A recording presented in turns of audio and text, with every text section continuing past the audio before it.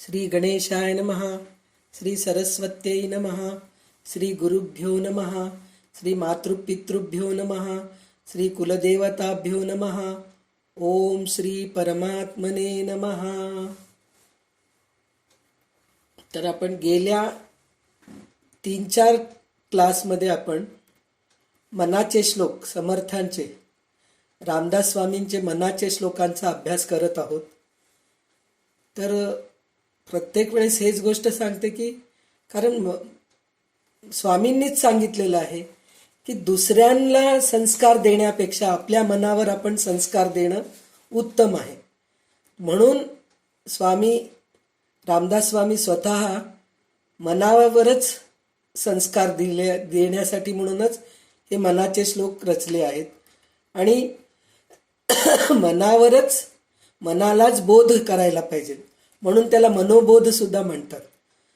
तर आपल्या मनावर आपण संस्कार केलो तर आपण दुसऱ्यांना संस्कार देण्या इतपत होतो की नाही होत माहीत नाही, पण दुसऱ्यांचे उणीव कळत नाही आपल्याला. आपण सतत दुसऱ्यांचे चुक्या काढण्यामध्ये तत्पर असतो, सारखं ते त्यांच्यामध्ये काय चुकी आहे ते शोधत असतो. पण मनावर जर संस्कार केलं, मनाला बोध केलं, मनाला चांगल्या गोष्टीकडे वळवलं तर आपले चुक्या आपल्याला दिसायला लागतात.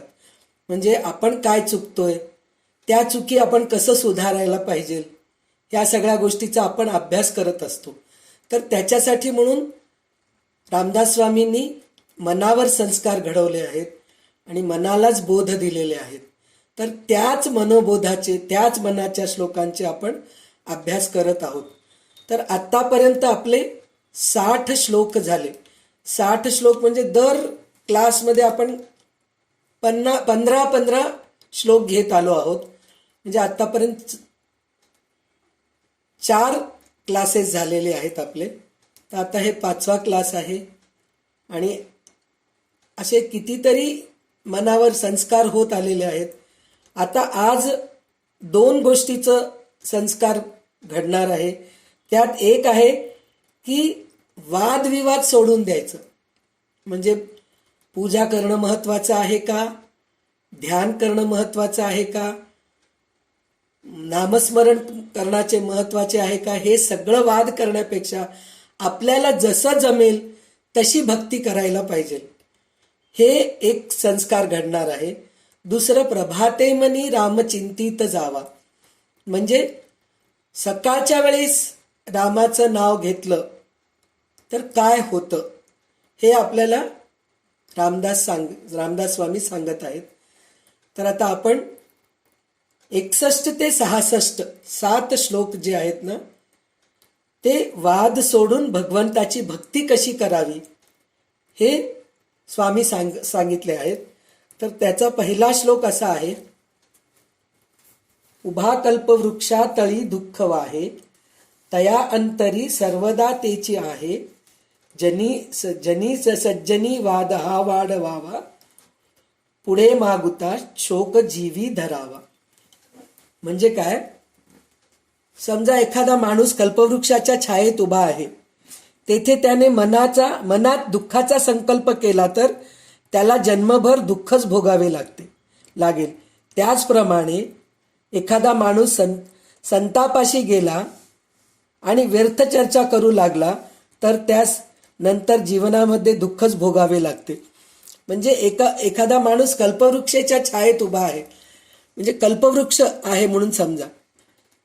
म्हणजे काय, आपण एक उदाहरण म्हणून म्हणलं तर एक लग्नाच्या ठिकाणी गेलो आपण, चांगलं जेवण्याचं आपल्याला मिळत आहे, छान, इतकं छान छान जेवण आहे, पण तिथं जाऊन आपण दुसरंच काहीतरी विचार करत बसतो. जेवणाचा विचार करणं सोडून देतोय, काहीतरी दुःख, उद्या कसं होईल, काय होईल हे करायचं सोडून सगळ्या मैत्रिणींबरोबर आपण आहोत.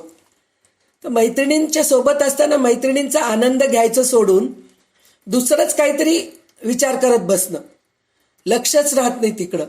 तर मग त्याचा उपयोग काय होतं, त्याचा उपयोगच होत नाही. तसंच कल्पवृक्षाच्या छायेत उभा राहून चांगल्या गोष्टी न मागता सतत दुःखच करत बसलो आपण, मागच्या गोष्टीचं दुःख करत बसलो असं झालं माझ्या आयुष्यात असं झालेलं आहे, काय करावं मला कळत नाही. म्हणून जर सारखं जर आपण विचार करत बसलो तर ते आपल्याला सुखाकडे घेऊन जातच नाही, पण निश्चिंत बसूही देत नाही तिथं. अशा प्रकारचा त्रास होतो आपल्याला. म्हणून कल्पवृक्षाच्या खाली जाऊन चांगल्या गोष्टीच बघायला पाहिजे. म्हणजे संतांकडे गेलो. कल्पवृक्ष म्हणजे काय? संत, आपले संत साधूजन, देवळात गेलो आपण. देवळात गेल्यानंतरही बघा तुम्ही, देवाचा विषय बोलण्यासाठी जात नाहीत आपण, कीर्तनाला जातो, प्रवचनाला जातो. हे सगळे आपल्याला कल्पवृक्षच आहेत. कीर्तन, भजन, प्रवचन, देवळाला जाणं, हे सगळं एक प्रकारचं कल्पवृक्षच आहे. म्हणजे इतक्या चांगल्या ठिकाणी जाऊन सुद्धा आपण तुझी सून काय करती, माझी सून काय करती, हेच गप्पे असतात. तुझी नणंद काय, माझी नणंद काय, शेजारीण अशी आहे, शेजारीण तशी आहे, ह्याच गोष्टी बोलत बसतो. तर हे गोष्ट बोलण्यापेक्षा, व्यर्थ चर्चा करण्यापेक्षा चांगल्या गोष्टी बोलायला पाहिजे. मी काय वाचले आज, मला देवाची पूजा करताना मला काय अनुभव आलं, मी आज हे ग्रंथ वाचले, त्या ग्रंथामध्ये मला काय उपयोग झालं, किंवा मी नामस्मरण करत होते तर देवाचं मला साक्षात्कार झाला, का होत नाहीये माझं देवाचं साक्षात्कार.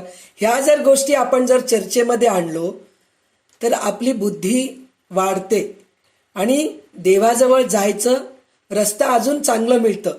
पण त्या गोष्टी न करता आपण व्यर्थ चर्चा करत गेलो तर आपण जीवनामध्ये सतत दुःखातच राहतो. तर ते दुःखाचे चर्चा करायचं नकोय, सतत भगवंताकडे जायची चर्चा करायला पाहिजे. म्हणजे वाद करू नका, याचा अर्थ असा आहे की भांडण करू नका हे नाही. वाद करू नका म्हणजे वायफळ गोष्टी न बोलता भगवंताच्याच गोष्टी बोलत राहायला पाहिजे, असं समर्थ म्हणताय.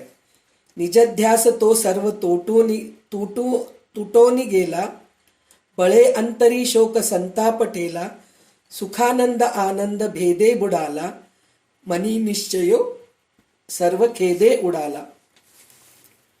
म्हणजे काय? निधिध्यास म्हणजे सतत चिंतन करणं. निधिध्यास करणं म्हणजे वादाच्या नादी लागल्याने, म्हणजे व्यर्थ चर्चा केल्याने माणसाचे स्वस्वरूपानुसंधान क्षीण होऊन त्यात खंड पडतो. म्हणजे वायफळ चर्चा करत बसलो तर स्वस्वरूपानुसंधान म्हणजे आपण जे सतत नामस्मरण करत असतो, चांगले विचार करत असतो, ते सोडून देऊन व्यर्थ चर्चा जर करत गेलो तर आपल्या चांगल्या विचारांचं क्षीण होऊ लागतं. म्हणजे वाईट विचार मनात सारखे येत राहतात आणि चांगल्या विचाराचा लोप होत राहतो. त्यात पूर्ण खंड पडला की दुःख व अशांतता जबरीने मनात प्रवेश करून तेथे स्थिर होतात. म्हणजे व्यर्थ चर्चा करण्यामध्ये जर वेळ घालवलो आपण तर हळूहळू आपण जे नित्यनियमाने जे चांगले कर्म करत असतो, पूजा अर्चा करत असतो, चांगले ग्रंथ वाचत असतो, त्याच्यात खंड पडून आपल्या विचारामध्ये सुद्धा बदल होतो. म्हणजे वाईट विचार येत राहतात सारखे आपल्याला. त्याच्यासाठी म्हणून चांगल्या संगतीत जायला पाहिजे, चांगली चर्चा करायला पाहिजे. वायफळ वाद करायचं नाही, वायफळ चर्चा करायची नाही. शिवाय मतभेद होऊन माझे तुझे झाल्याने मनाचे समाधान साफ लोकते. मग हे सगळ्या गोष्टी झाल्यानंतर मग जसं मी आता म्हणले होते, दुसऱ्यांची चुक्याच दिसायला लागतात आपल्याला, चांगल्या गोष्टी दिसत नाहीत. मग तिथं माझं तुझं निर्माण होतं. मी किती शहाणी आहे, समोरचे किती वेडे आहेत, ह्या गोष्टी मनात विचार येत राहतात. आणि मनाचे समाधान लोपल्याने भगवंताच्या अस्तित्वाची श्रद्धा पूर्णपणे उडून जाते. म्हणजे ह्या गोष्टी जर मनामध्ये यायला लागले तर भगवंतावर तर श्रद्धा पूर्णपणे निघून जातं आणि दुःखच होत राहतं. श्री समर्थांचा वाद आणि संवाद यामध्ये फरक आहे. वाद वेगळा आणि संवाद वेगळा. वाद म्हणजे तुझं माझं, संवाद म्हणजे चांगले विचार. जेव्हा आपण एकत्र बसतो 4 जण तर तेव्हा आपण संवाद करणं म्हणजे काय की चांगल्या गोष्टीचं देवाणघेवाण करणं. पण तेच वाद म्हणून म्हणलं तर वादविवाद, भांडणच. तू अशी आहेस, तू तशी आहेस, मी अशी आहे, माझंच चांगलं आहे असं जे करणं असतं त्याला वाद म्हणतात. दोन्हीमध्ये युक्तिवाद असतो. युक्तिवाद मांडताना बुद्धीचा उपयोग करावा लागतो. पण वाद खेळणारी बुद्धी अध्यात्मविद्येला घातक नव्हे मारक ठरते. म्हणजे संवाद केलं तर अध्यात्माकडे जातो आपण आणि वाद केलो तर घातक ठरते अध्यात्माला. म्हणजे आपण देवाकडे जायच्या ऐवजी अधोगतीला जातो, ऊर्ध्वगतीला जात नाहीत. म्हणजे वाईट विचारच आपल्या डोक्यामध्ये सतत येत असते. संवाद भोगणारी बुद्धी शुद्ध जिज्ञासेने प्रेरित झाल्याने अध्यात्मविद्याला पोषक ठरते. म्हणजे संवाद जर झालं, संवाद म्हणून म्हणतात चांगल्या गोष्टीचं जर देवाणघेवाण झालं तर बुद्धीला आपल्या हे मिळतं, काय म्हणतात, खत मिळतं, चांगलं अन्न पाणी मिळतं. म्हणजे चांगले विचार अजून चांगलं होतं. जसं झाडाला आपण खत घालतो, पाणी घालतो की झाड चांगलं वाढतं, त्याचप्रमाणे जर संवाद घडला तर आपल्या बुद्धीला खत पाणी मिळते. नाहीतर झाड वाळून जातं, म्हणजे आपली बुद्धी क्षीण होते. अध्यात्मामध्ये बुद्धी तर हवीच, पण ती आपल्यावर उलटणारी नसावे. शुष्कवादामध्ये अहंता वाढते व विकारांना वाव मिळतो. त्या कारणाने मनाचे समाधान बिघडून जाते. पण जेव्हा आपल्याला बुद्धी चांगली आहे म्हणून कळाला तर अहंकार वाढू देऊ नये. अहंकार वाढू देऊ नये. अहंता, मीच शहाणी आहे, माझ्यापेक्षा कोणी शहाणे नाहीत, असं कधीही विचार करू नये. सतत आपल्याला असं वाटायला पाहिजे की माझ्यामध्ये अजून काहीतरी कमीपणा आहे, अजून मला काही शिकायचं आहे, अजून मला काहीतरी बुद्धीचं ज्ञान वाढवायचं आहे. समोरच्याकडे त्या गोष्टीची खूप जास्त हे आहे, त्यांच्याकडून मी ते गोष्ट घेते, असा आपण विचार करत राहायला पाहिजे. समोरच्या माणसामध्ये काय चांगले गुण आहेत, माझ्यामध्ये ते गुण का नाहीये, ते गुण मी आत्मसात करायचं मी प्रयत्न करते, असं विचार करायला पाहिजे. तरच आपली बुद्धी वाढते आणि अध्यात्माकडे जातो आणि भगवंताच्या चरणापाशी जातो. पण तेच जर आपण नाही, समोरच्याला काहीच येत नाही, मलाच सगळं येतं, मी किती पुस्तकं वाचू लागले, काही विचारूच नका, मला आता विष्णू सहस्रनामचा अर्थ कळायला लागले, मला भगवद्गीतेचा अर्थ कळायला लागले, मी भागवत वाचले, मला सौंदर्य लहरी येतंय, मला रुद्र येतंय, आता तर मनाचे श्लोक सुद्धा यायला लागले, माझ्या एवढं शहाणे कोणीच नाहीत. म्हणून जर मी विचार करत बसले तर मी ऑटोमॅटिक खाली वाकून जाते, म्हणजे झाड वाळून जातं आपलं. पण नाही, मला अजून समोरच्यांकडून काहीतरी, जसं आता पहा आपल्याला विमलताई आहेत, विमलताईंनी आपल्याला कान्होपात्राचं जे चरित्र पाठवलेत ते किती सुंदर होतं, इतकं की दररोज वाट बघत होतो आपण कधी येतं ते कान्होपात्राचं चरित्र, पुढचा भाग कधी येतोय आणि आपण कधी वाचायला पाहिजे. आता अध्यात्म रामायण चालू आहे, त्याच्याबद्दल वाचन करत राहायचं. शंकराचार्यांचं चरित्र आहे, हे सगळे आपल्याला व्हॉट्सॲपवर येत आहेत. त्या गोष्टी सोडून देतो आपण, दुसऱ्या फालतू गोष्टीकडेच लक्ष असतं आपलं. म्हणजे ती साडी कशी नेसली आणि ते काय झालं, म्हणजे दुसऱ्या गोष्टीकडेच जर आपण लक्ष देत बसलो. व्हॉट्सॲपवर पण बरेचसे मेसेजेस येतात, काही गोष्टी जोक्स येतात, काही गोष्टी काहीतरी आर्टवर येतं, काही गोष्टी कशावरही येतं. आपण त्या गोष्टीकडे खूप लक्ष देऊन वाचत राहतो. पण हे चरित्र जे आहेत, कान्होपात्राचं चरित्र, शंकराचार्यांचं चरित्र आहे, अध्यात्म रामायण म्हणून आपल्याला येत आहे, असे कितीतरी आपल्याला चांगल्या चांगल्या गोष्टी सुद्धा आपल्याला येत असतात. पण त्या गोष्टीकडे आपण दुर्लक्षच करतो, वाचतच नाहीत आपण. तर तसं न करता त्याचं कारण काय, आता काय मी 3 वाजताचा क्लास जॉईन करतेय, 2 तास ज्ञान मिळते, भरपूर आहे, त्याच्यापेक्षा अजून जास्त काय करायचंय.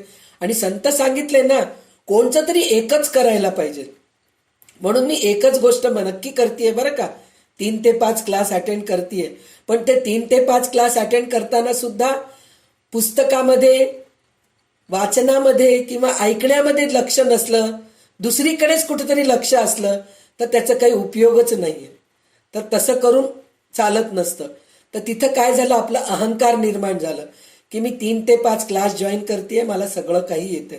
तर ते अहंकार न येऊ देता अजून आपल्याला नवीन नवीन शिकायचंय, अजून आपल्याला नवीन नवीन गोष्टी करायचंय, ह्या गोष्टीकडे जर आपण लक्ष देत गेलो तर नक्कीच आपण भगवंतापर्यंत पोचू शकतो. त्याच्यानंतर घरी कामधेनू पुढे ताक मागे, हरिबोध सांडोनी वेवाद लागे, करी सार चिंतामणी काच खंडे, तया मागता देत आहे उदंडे. म्हणजे देवाला एक मागितलो तर देव भरपूर देतो. म्हणतात ना, आंधळा मागतो एक डोळा, देव देतो दोन डोळा. देव देण्यासाठी खूप देवाजवळ भरपूर आहे. आपली झोळीच कमी पडते. पण आपण काहीही मागतो मूर्खासारखं, मला हे पाहिजे, मला ते पाहिजे असं म्हणून हे करतो. तर धरी कामधेनू पुढे ताक मागे, म्हणजे ज्याच्या घरी कामधेनू आहे तो माणूस दुसऱ्याच्या घरी जाऊन ताक मागू लागला तर ते अति हास्यास्पद आहे. तर इथे दोन गोष्टी आहेत. एक तर आपल्या घरी आपले वडिलोपार्जित जे आहेत ते खरोखर खूप ज्ञानी आहेत, ज्ञानी होते, ज्ञानी आहेत, अजूनही असं आहेत. काही लोकांच्या घरी वृद्ध लोक आहेत, पण त्यांच्या गोष्टी आपण ऐकत नाहीत. म्हाताऱ्याला काय कळते, कोपऱ्यात बसून उगीच बडबड बडबड बडबड करत राहतो, ह्या म्हातारीला काही कळतच नाही, सतत काहीतरी चालूच असतं हिचं, म्हणून त्यांच्याकडे दुर्लक्ष करायचं. बाहेर मात्र जायचं, हा संत खूप छान आहे बरं का, त्याच्याकडे जाऊन ऐकायला पाहिजे असं म्हणून आपण असं म्हणून बाहेर जाऊ नये असं म्हणत नाहीये. पण आपल्या घरचे जे वृद्ध माणसं आहेत ते आपल्यापेक्षा काही उन्हाळे पावसाळे जास्त बघितलेले आहेत ना, तर त्यांच्याकडून बोध घ्यायचं सोडून आपण दुसऱ्यांकडे धावतो. या म्हातारीला काही कळतच नाही हे आपलं ठरलेलं असतं. हे एक अर्थ आहे. दुसरा अर्थ काय, घरी कामधेनू पुढे ताक मागे, म्हणजे दुसरा अर्थ असा आहे की आपल्यामध्येच देव आहे, आपल्या अंतर्यामीच देव आहे, आपल्यामध्येच भरपूर चांगले गुण आहेत. त्या गोष्टीकडे आपण दुर्लक्ष करून बाहेरच देवाला शोधत राहतो. देवळामध्ये जाऊन बघतो, दुसऱ्यांच्या ठिकाणी जाऊन बघतो. ते बघण्यापेक्षा आपल्या अंतर्यामीमध्ये काय देव आहे तिथं आपलं बिलकुल लक्ष राहत नाही. तर पहिले आपल्या अंतर्यामीमधल्या देवाकडे लक्ष द्यायला पाहिजे. त्या आपल्या पाशीच असणारे भगवंताचे ज्ञान बाजूस सारून जो शुष्कवादा मागे लागतो त्याचे जीवन वाया जाते. म्हणजे आपल्याजवळ जे भगवंत आहे त्याला सोडून देऊन आपण बाहेर जातो, म्हणजे हे काय आहे, जीवन वाया जातं त्याच्यामुळे.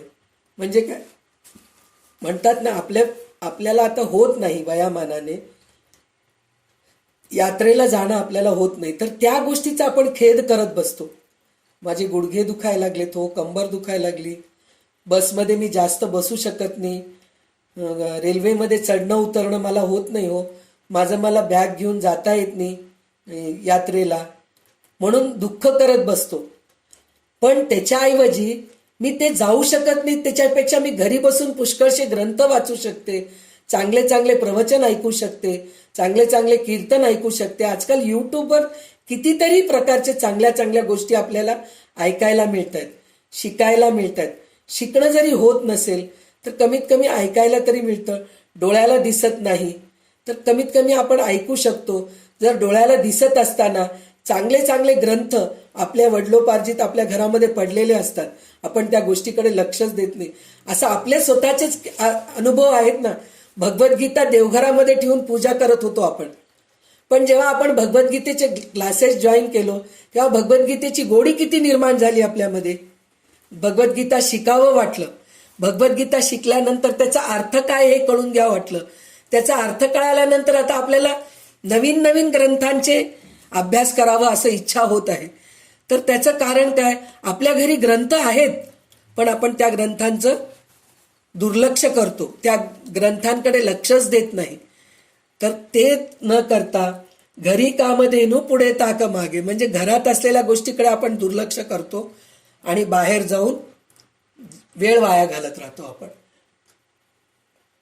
तर समजा एखाद्याच्या हातात चिंतामणी आहे, म्हणजे चिंतामणी तर आजकाल मिळणं कठीणच आहे, पण आपण देवळात जातो, तर देवळात गेल्यानंतर आपल्याला असा, आज मी देवळाला जाऊन नारळ फोडून आले, देवाचं दर्शन घेऊन आले, घरी आल्या आल्या मुलाला नोकरी मिळाली म्हणून वार्ता मिळाली, पाहो किती छान वाटलं.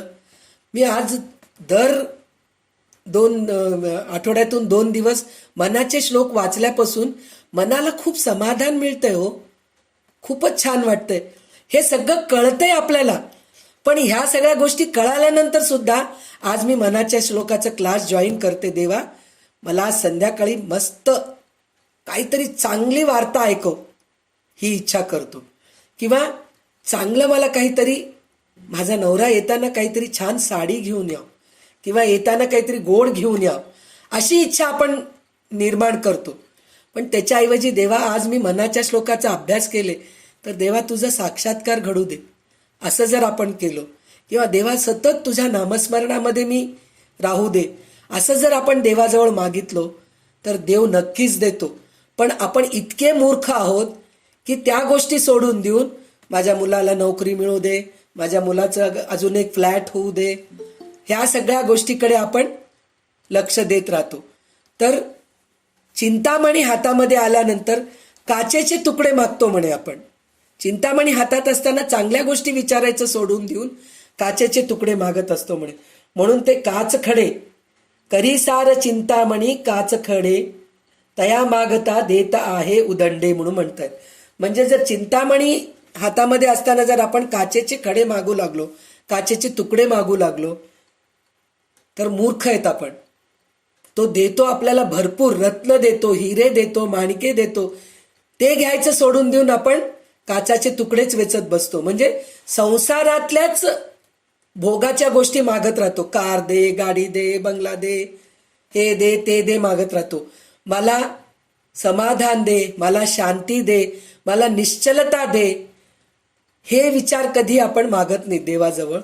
सतत आपण देवाजवळ सुख शांती म्हणजे AC दे, हे दे. आता उन्हाळा आहे, ऊन खूप वाढले हो. बेंगलोरमध्ये तर इतकं ऊन वाढलंय की विचारू नका, पाणी नाहीच आहे.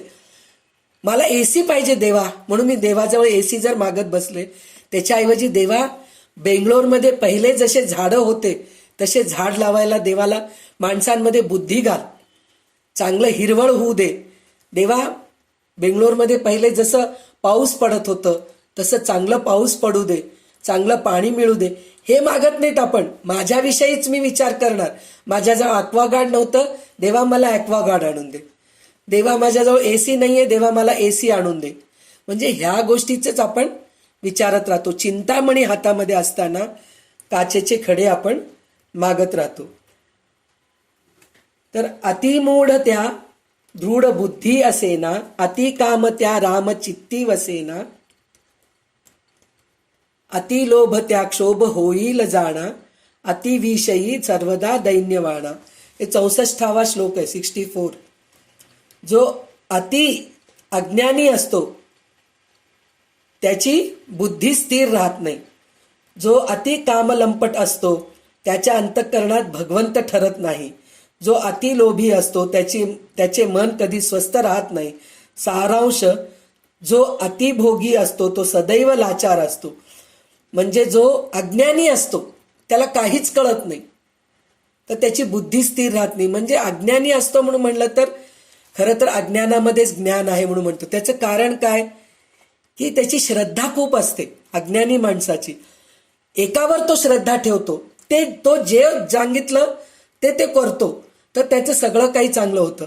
पण अज्ञानी माणूस म्हणजे काय, त्याचं जो ज्ञान असतं पण त्या ज्ञानाचा खूप त्याला अहंकार असतो. तो अस्थिर असतो, सतत अस्थिर असतो. त्याची बुद्धी स्थिर राहतच नाही. म्हणजे ज्ञान असून सुद्धा उपयोग नाही म्हणल्यासारखं होऊन जातं त्याचं हालत. तर तो अज्ञानीच असतो, तर त्याचं मन अस्थिर असतं, स्थिर राहत नाही, सतत चंचल असतं. हे करू का, ते करू का, ते करू का, हे करू का, असंच विचार येत असतात त्याच्या डोक्यात. आणि जो अति कामलंपट असतो म्हणजे वासना ज्याच्याजवळ खूप असते, मला हे पाहिजे, मला ते पाहिजे, मला खायला पाहिजे, मला प्यायला पाहिजे, मला सिनेमाला जायला आवडतं, मला बाहेर फिरायला आवडतो, असा तो असतो ना, त्याच्या अंतःकरणात कधी भगवंत राहत नाही. म्हणे अति काम त्या राम चित्ती वसेना, त्याच्या मनामध्ये देव राहतच नाही, त्याच्याजवळ देवच राहत नाही म्हणे, भगवंतच येत नाही म्हणे मनामध्ये. जो अति लोभी असतो, लोभी म्हणजे तेच, मला अजून पाहिजे, मला थोडं मिळालंय पण मला अजून पाहिजे. एक घर आहे माझं, पण नाही, अजून एक घर पाहिजे. अजून एक घर कोणाला पाहिजे? माझ्या मुलाला पाहिजे. मुलाला झाल्यानंतर माझ्या सुनेच्या नावाने पण एक घर पाहिजे. मुलाचं सुनेचं झाल्यानंतर त्यांना होणाऱ्या बाळाला पण एक घर पाहिजे ना. म्हणजे माणसाला थोडं दिलं तर पुरत नसतं. मला अजून पाहिजे, अजून पाहिजे, अजून पाहिजे, हीच वृत्ती असते. पण हीच वृत्ती देवाच्या जवळ जाण्यासाठी जर ठेवलं तर किती चांगलं असतं. देवाचं आपल्याला नामस्मरण करायचं जमलं आता आपल्याला एका प्रकारचे. समजा बसल्या बसल्या आपण नामस्मरण करू लागलो, दुसऱ्या ठिकाणी विचार जात नाही, तर देवा मला नामस्मरण घडतंय. पण सतत डोळे झाकू दे, उघडू दे, काम करू दे, न करू दे, प्रत्येक वेळेस जर मी नाम जपायचं जर झालं तर किती छान होईल, अशी इच्छा आपण प्रकट करायला पाहिजे. ते झाल्यानंतर देवा माझ्या संसारामधून विरक्ती दे, मला संसार सुख मला नकोय. आता संसार सुख नको याचा अर्थ असा नाहीये की खूप गरमी होते, घरामध्ये एसी आहे, पंखा आहे, पण मला संसार सुख नको, मी लावून घेत नाही, असं नकोय करायला. असू दे नसू दे, मी आनंदीच राहणार आहे. पंखा असलं तरच मी आनंदी आहे, नसलं तर मी आनंदी नाहीये, असं नकोय आपल्याला. बाहेर जाण्यासाठी जर कोणी आपल्याला दुकानापर्यंत घेऊन जायला गाडीवर कोणी घेऊन जात असतील तर जाऊ शकतो, पण नसलं तर मी जात नाही बाबा, मला चालणं होत नाही म्हणून घरात बसून राहू नये. आपलं आपण चालत जाऊन चार गोष्टी देवासाठी फुलं आणून घेऊ शकतो. विकत नाही तरी झाडाखाली पारिजातकचे फुलं पडलेले असतात कोणाच्या तरी दारासमोर, ते वाया गेल्यापेक्षा आपण ते वेचून आणून देवाची पूजा करू शकतो. आपण दुर्वा तोडून आणू शकतो रोज जाऊन गणपतीला वाहायला म्हणून. हे अशा सगळ्या गोष्टी आपण करू शकतो, पण त्या गोष्टीत आपल्याला इंटरेस्टच येत नाही. सतत आळसपणा आपल्या अंगामध्ये नको, कामलंपट म्हणतात ना, म्हणजे सतत आपण आळशी, कोणचंच काम करायला नको, सगळं आयत्य मिळालं, ताटात वाढून ठेवलं की जेवायचं, बस तेवढंच. जेवण झालं की अंथरुणावर पडायचं, मग दिवसभर कंबर दुखतंय, पाय दुखतंय हे रडगाणं रडायचं. त्याच्याऐवजी 4 पावलं बाहेर टाकून यायचं, 4 सत्संगामध्ये जायचं, देवळाला जाऊन यायचं, देवळाचे काही कार्य करायचे आपल्याला. देवळात जाऊन आपण काही नाही तर नाही वात्या करून देऊत, आपण बसल्या बसल्या फुलाचा हार करून देऊत. बाहेर लोकांच्या दारात जाऊन तुम्ही फुलं तोडू नका बरं, लोक काय म्हणतील, आम्ही पाणी घालतो आणि तुम्ही फुलं घेऊन जाता का, हे चुकीचं काम कधी करू नये. पण काही लोक असे असतात, अहो आम्ही तर वापरत नाही, तो तुम्ही वापरून घ्या म्हणून म्हणतात आपल्याला. तसल्यांकडे जाऊन देवाची फुलं तोडून छान हार करून देवळात जाऊन दिलं तर किती. म्हणजे ह्या गोष्टी न करता आपण कामवासनेमध्येच राहतो. खायला पाहिजे, प्यायला पाहिजे, कामवासना म्हणजे एकच नाहीये, म्हणजे इंद्रिय सुखाकडे आपण जास्त जातो. त्याच्यानंतर जो अतिलोभी म्हणजे जे हे पाहिजे ते पाहिजे मध्येच असतो, तो स्वस्थ राहत नाही. म्हणजे जो अति भोगी असतो तो सदैव लाचार असतो. म्हणजे अति भोगी असतो म्हणजे सतत आपण दृश्य गोष्टीवर अवलंबून राहिलो तर डिपेंडन्सी वाढती आपली. आपण स्वावलंबी राहायला पाहिजे. आपण अवलंबून राहतो प्रत्येकावर, त्यांनी करून दिलं तरच मी घेऊ शकतो, त्यांनी आणून दिलं तरच मला मिळतं, हे सगळ्या गोष्टी केल्यापेक्षा माझं मी करून घेते. आता एक उदाहरण आहे, एक आपलं वय झालंय, सगळ्यांच्या घरी वॉशिंग मशीन आहेच आहे, नाही म्हणून नाही, पण माझं मी साडी धुवून घेते, माझं मी साडी वाळत टाकून देते, माझं मी घडी घालून ठेवते व्यवस्थित. असं जर आपण रोजचं रोज आपण करत गेलो तर एकतर आपल्याला कामाची सवय असती, दुसरी गोष्ट कशी असती, आपण स्वावलंबी राहत नाहीत. कारण कसं काय म्हणून म्हणलं तर जर वॉशिंग मशीन खराब झालं तर मग आपलं साडी धुवायला आपल्याला कंटाळा येतं, कामवाली आली नाही एखाद दिवस, तर ह्या वयामध्ये आपण करायच्या गोष्टी ह्याच आहेत. बसल्या बसल्या भाजी निवडून देऊ शकतो आपण, बसल्या बसल्या फुलाचा हार करून देऊ शकतो, बसल्या बसल्या वात्या करून देऊ शकतो आपण. ह्या सगळ्या गोष्टी न करता वायफळ गोष्टीकडेच आपलं लक्ष राहतं. मग त्यावेळेस काय होतं माहितीये काय, आपण डिपेंडेंट होऊन जातो. म्हणजे प्रत्येक गोष्ट ते दुसरे करावं, आपण भोगावं, ह्या गोष्टी होते. तर त्याच्यापेक्षा आपण स्वावलंबी व्हायचं अभ्यास करायला पाहिजे. म्हणजे देवाचं नामस्मरण, देवाच्या कार्यासाठी सतत तत्पर राहायला पाहिजे, देवघर स्वच्छ करून घ्यायला पाहिजे, चांगलं देवापाशी लवकर उठून देवाची पूजा. जर आपण ह्या सगळ्या जर गोष्टी करू लागलो तर आपल्या नंतरच्या पिढीला सुद्धा संस्कार घडते. आपल्या नातवंडांना सुद्धा माझी आजी करत होती म्हणून लक्षात राहतं. आणि आपल्याला पण एक प्रकारचं समाधान मिळतं. लाचार होत नाहीत आपण, चांगले आपण आपल्या ह्याच्यावर उभे राहतो. म्हणून म्हणतायत की अतिविषयी सर्वदा दैन्यवाणी, म्हणजे अतिविषयी म्हणजे लोभी, दुसऱ्या गोष्टीवर ते इच्छा करत जर राहिलो आपण तर मात्र आपण लाचार होतो, असं रामदास स्वामी सांगत आहेत. नको दैन्यवाणे जिने भक्ती उणे, अतिमूर्खत्या सर्वदा दुःख दुणे, धरी रे मना आदरे प्रीती रामी, नको वासना हेम धामी विरामी. भक्तिहीन जीवन म्हणजे हीन जीवन होय. हीन म्हणजे खालच्या स्तराचं जीवन होय, म्हणजे दुःखी भक्तिहीन जीवन म्हणजे आपण हे सगळ्या गोष्टी करत नाही. मी जे आता म्हणले ना, देवपूजा करत नाहीत, देवाची तयारी करत नाहीत, आपलं काम आपण करून घेत नाहीत, आपण सतत दुसऱ्यांवर ते अवलंबून राहतो, म्हणजे हे एक प्रकारचं लाचार जीवनच आहे आपलं. तर ते लाचार जीवन नकोय. अति अज्ञानी माणसाला नेहमी पुष्कळ दुःख भोगावे लागते. म्हणजे मला सगळं काही येतं पण मी काहीच करत नाही, तर त्याला काय होतं, शेवटी दुःखच भोगावं लागतं. म्हणून म्हणा भगवंतावर मोठ्या आदराने प्रेम करायला शिकावे. भगवंताच्या प्रेमाशिवाय असलेल्या ऐश्वर्याची वासना धरू नये. म्हणजे भगवंताचंच काम करतोय, म्हणजे ह्याचा अर्थ असं नाही की भगवंताचंच काम करतोय म्हणजे 24 तास मी भगवंताचंच पूजा करत बसते, हे नाही, किंवा भगवंताचंच नामस्मरण करते असं नाहीये. आपल्या कर्तव्याला जे कर्म आलेले आहेत ते पूर्ण करणं सुद्धा भगवंताचंच कर्म आहे. काही ह्याच्या अगोदर पण मी पुष्कळदा हेच उदाहरण देते. त्याचं कारण काय, आपण त्याच स्टेजवर आहोत, त्या ह्याच्यावरूनच जात आहोत, म्हणून मी तेच उदाहरण सारखं देते की आता आपल्याला आपलं संसार संपलेला आहे, मुलांचे संसार चालू आहे, तर आपण मुलांच्या सोबत आहोत. तर मुलांच्या सोबत असताना माझा संसार आहे म्हणून त्याला घट्ट धरून बसायचं नाही. आता मुलांचा संसार आहे, ते करतायत ना, त्यांचं त्यांना करू दे.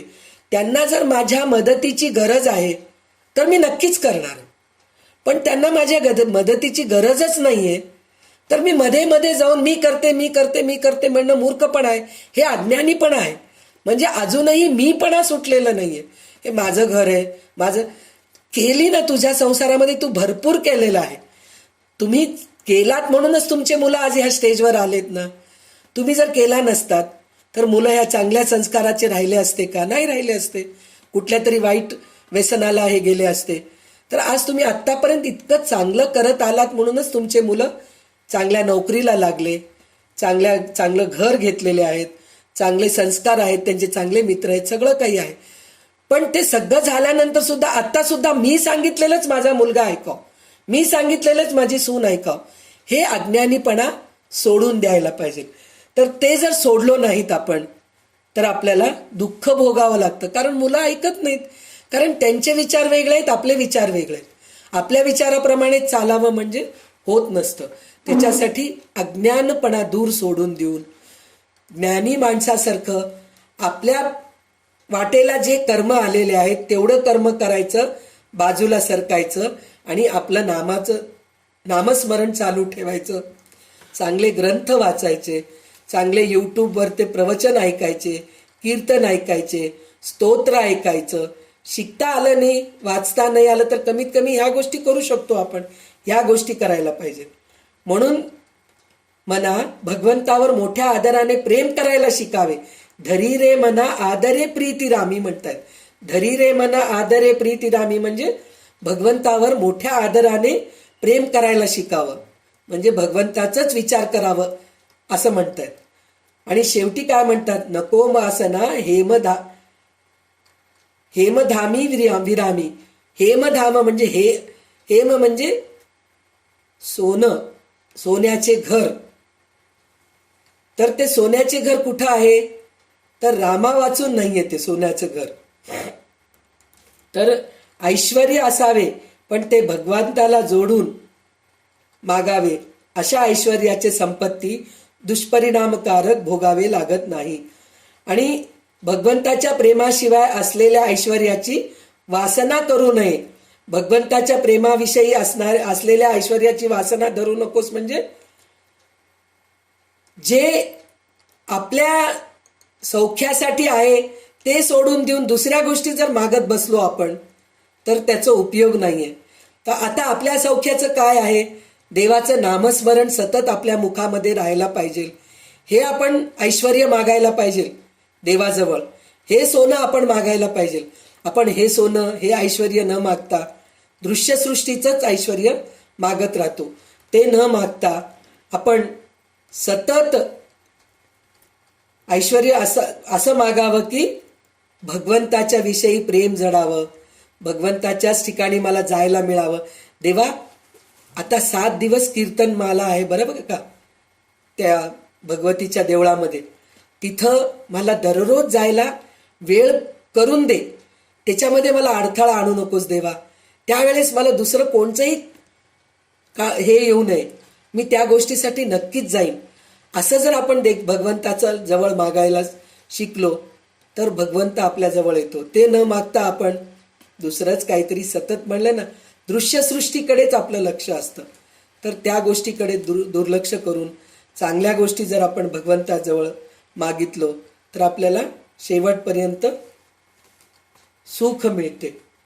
नको वासना हेमधामी विरामी म्हणजे भगवंताच्या प्रेमाशिवाय असलेल्या ऐश्वर्याची वासना धरू नकोस. आता 66वा श्लोक असा आहे. नवे सार संसार हा घोर आहे, मना सज्जना सत्य शोधून पाहे, जनी विष खाता पुढे सुख कैचे, करी रे मना ध्यान या राघवाचे. म्हणजे नवे सार संसार हा घोर आहे. मना हा संसार असार आहे, अनित्य आहे, तो मोठा भयानक आहे. तू स्वतः विचार करून संसाराचा स्वभाव शोधून पाहे. मना सज्जना सत्य शोधून पाहे म्हणजे संसार हे सत्य आहे का, भगवंत सत्य आहे हे तू स्वतः शोधून पहा. आपण संसारच हे आहे म्हणून म्हणतो, सत्य आहे म्हणून म्हणतो. त्याचं कारण काय? आपल्या अवतीभोवती सगळे संसारच आहेत. आपले मुलं बाळ नातं मैत्रिणी मित्र नवरा आई वडील हेच आपल्या अवतीभोवती असल्यामुळे तेच सत्य वाटतं. या सगळ्यांमध्ये भगवंत दिसतच नाही. पण भगवंत सत्य आहे हे पहिले शोधून पाहायला पाहिजे असं ते म्हणतायत. एखाद्याने विष खाल्ले तर त्यास नंतर सुख लागेल का? म्हणजे विष पिल्यानंतर चांगलं व्हावं म्हणून विचार केला तर होतं का? होत नाही. विष पिल्यानंतर मरण तरी येईल नाहीतर साईड इफेक्ट्स तरी होतील त्याचे काहीतरी. तर त्याचा अर्थ काय? विष पिणं म्हणजे काय? संसार हे विषच आहे आपल्याला. आपण त्या संसारामध्ये जर अडकून राहिलो तर आपल्याला दुःखच मिळणार आहे, सुख मिळतं असं नाही. मुलगा मुलगा मुलगा मुलगा मुलगा म्हणून आपण जर मुलाच्याच मागे लागलो तर त्याला त्याची बायको मिळते. त्याची बायको मिळाल्यानंतर त्याच्या बायकोच्या बद्दल तो प्रेम करू लागला आणि आपल्याकडे थोडं दुर्लक्ष होणारच आहे. एका वेळेस 2 कामं तर करू शकत नाही माणूस. त्याचप्रमाणे मुलगा एकाच वेळेस बायकोकडे आणि एकाच वेळेस आईकडे लक्ष देणं जमत नाही. तर आपण असं विचार करायला पाहिजे आता त्याला त्याची बायको पाहिजे, त्याच्या बायकोकडे त्याला लक्ष जास्त द्यायला पाहिजे. कारण ती दुसऱ्या घरातून आलेली असती ना, तिच्या आईवडिलांना सोडून आलेली असती. तिचं दुःख पण तुम्ही विचार करायला पाहिजे ना. ते विचार करत नाही. बदलला लग्न झाल्यापासून झालं माझ्याकडे लक्षच नाही त्याचं, असं जर आपण विचार करत बसलो तर आपल्याला दुःखच होणार आहे ना. म्हणजे विष पिल्यानंतर विषच मिळणार आहे आपल्याला, अमृत थोडंच मिळणार आहे, मिळत नाही. तर अमृत मिळावं म्हणजे काय? त्या संसारापासून थोडंसं दूर व्हायला पाहिजे. संसार हे एक प्रकारचं विष आहे. म्हणून तू भगवंताचे चिंतन कर. म्हणजे जर भगवंताचं जर चिंतन करत गेलो, चांगले चांगले ग्रंथ वाचत गेलो तर आपल्या मनावर चांगले परिणाम होतात आणि चांगले विचार येतात. आपल्याला इच्छा होत नाही कोणत्या गोष्टीची. आणि एक्सपेक्टेशन म्हणजे इच्छा म्हणजे काय? सतत समोरचा माणूस मला करावं हे इच्छा होत नाही, मी त्याला काहीतरी करावं हे विचार आपल्या डोक्यात येत असतं. म्हणून आपण चांगल्या ग्रंथांचं स्वाध्याय करायला पाहिजे. तरच आपल्याला भगवंताचं जवळ जाऊ शकतो, सत्य शोधू शकतो आपण. भगवंत हेच सत्य आहे हे आपल्याला कळायला लागतं. आता आपण 66 श्लोकापर्यंत वादविवाद सोडून संवाद करावा आणि भगवंताकडे जावं ह्या गोष्टीचा आपण अभ्यास केलेले आहोत. आता ह्याच्या पुढचे जे 10 श्लोक आहेत 67 ते 76 ते कोणचे? प्रभाते मनी राम चिंतित जावा, म्हणजे पहाटेच्या शांत वेळी भगवंताच्या चिंतनाचा अभ्यास करावा म्हणून हे केलेलं आहे. आपलं एक कारण आपल्या क्लासमध्ये बहुतेक 50 ओलांडलेलेच लोक आहेत, तर प्रत्येकाचं एकच विचार असतं की रात्री झोप येत नाही, हे प्रत्येकाचं विचार असतं. तर ते प्रत्येकाचे विचार, जर रात्री झोप झाली नाही तर सकाळी लवकर जाग येत नाही.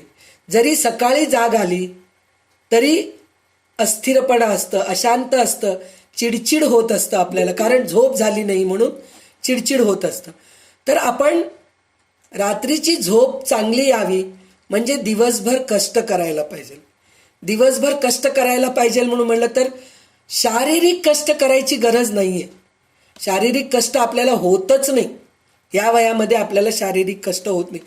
जर कर्मधर्म संयोगाने चांगल्या ह्याच्याने जर आपल्याला शारीरिक कष्ट करणं जमत असेल आणि आपल्या घरात करावं लागत असेल तर नक्कीच करायला पाहिजे आणि केलंच पाहिजे. केलं तर रात्री झोप येते.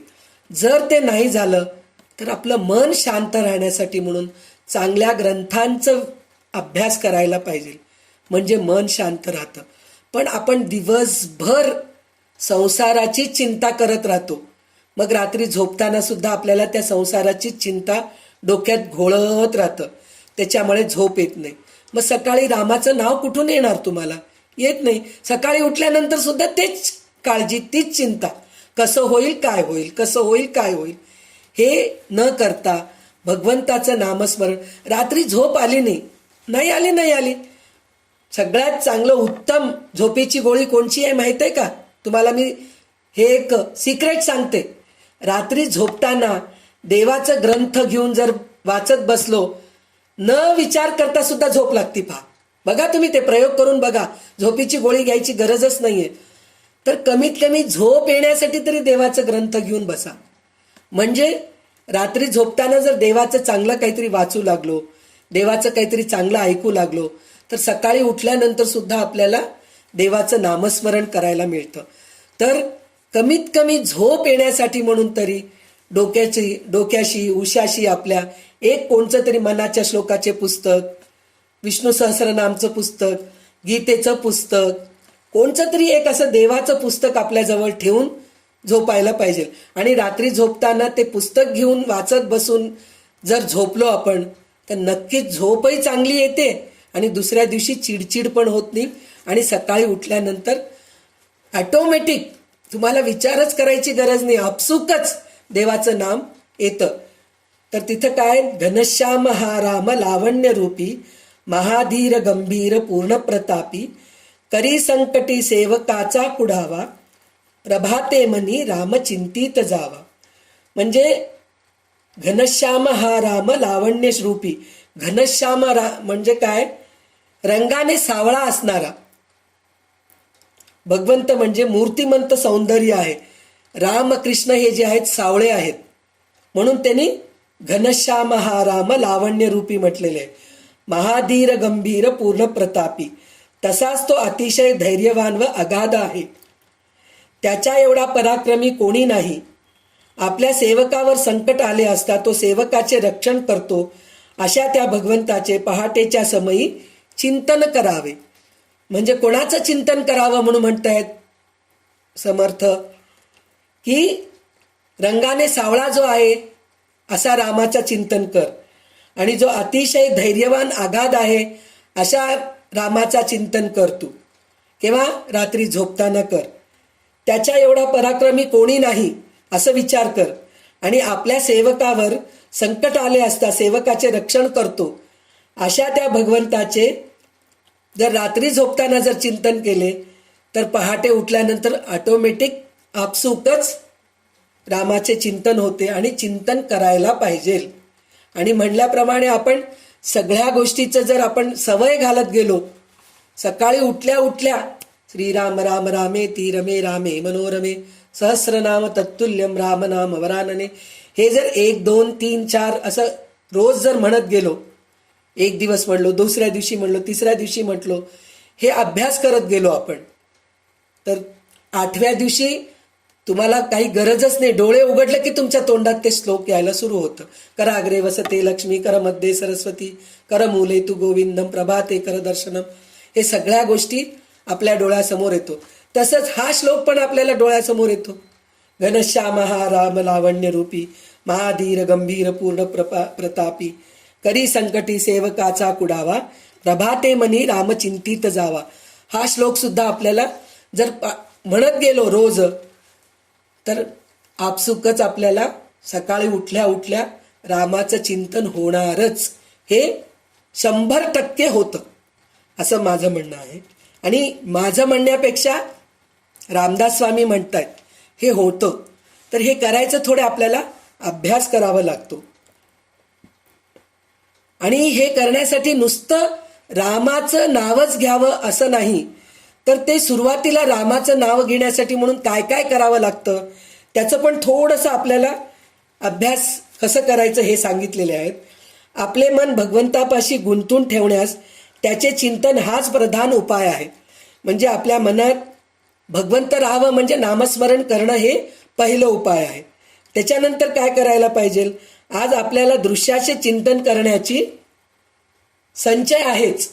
म्हणजे संचय आहे म्हणजे आपल्या डोळ्यासमोर फोटो आहे, मूर्ती आहे, ह्या सगळ्या गोष्टी आहेत. तर त्याचा उपयोग करू शकतो. तिची दिशा बदलून भगवंताच्या दृश्य सुंदर व सगुण रूपाचे चिंतन करायला पाहिजे. म्हणजे हे मूर्ती आणि फोटो डोळ्यासमोर आणायला पाहिजे. बाकीच्या गोष्टी दृश्य गोष्टी आपण डोळ्यासमोर आणू नये.